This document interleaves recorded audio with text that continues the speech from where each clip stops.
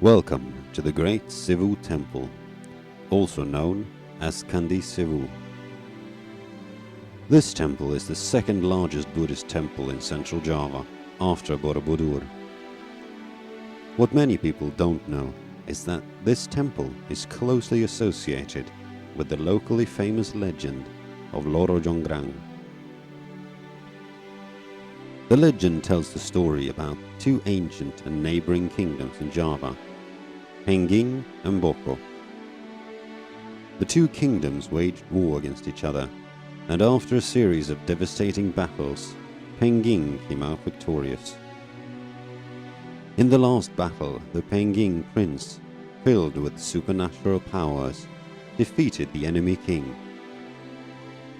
After his victory, the prince requested a marriage between himself and the dead king's daughter, whose beauty was unmatched. The princess, known as Loro Jonggrang, refused to marry the man who killed her father. She was finally forced to give in, but presented the prince with two impossible conditions in order for the marriage to take place. First, the prince must build a well-named Jalatunda, and second, he must construct 1,000 temples in only one night. The love-struck prince agreed to the conditions and immediately started working on the well. Using his supernatural powers once again, the prince swiftly finished construction of the well in no time. To fulfill the second condition, the prince entered into meditation and conjured a multitude of demon spirits from the earth. With their help, he built the first 999 temples and started working on the final one.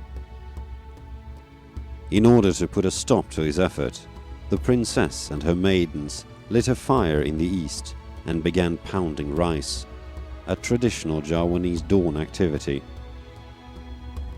Fooled into thinking the sun is about to rise, the spirits fled back into the earth, leaving the last temple unfinished.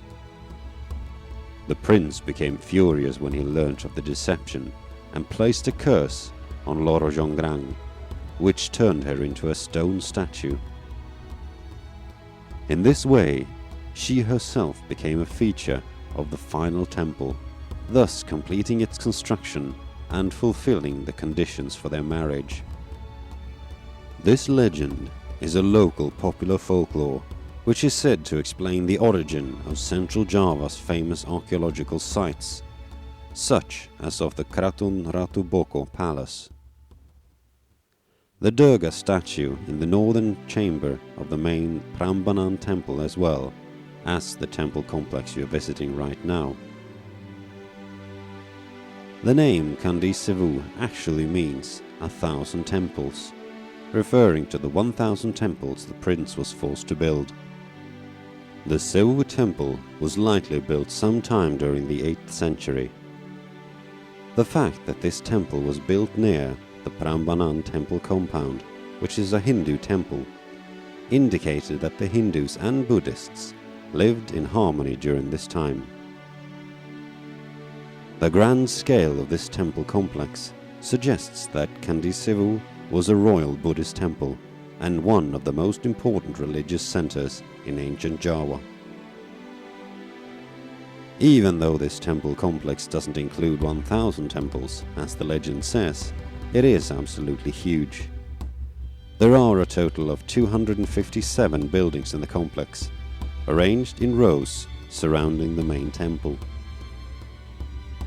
This arrangement is known as a mandala pattern, an expression of how Mahayana Buddhism views the universe. The temple was severely damaged during the earthquake in Java in 2006. The structural damage was significant, and Central Temple suffered the worst. Large pieces of debris were scattered over the ground, and cracks between stone blocks were detected.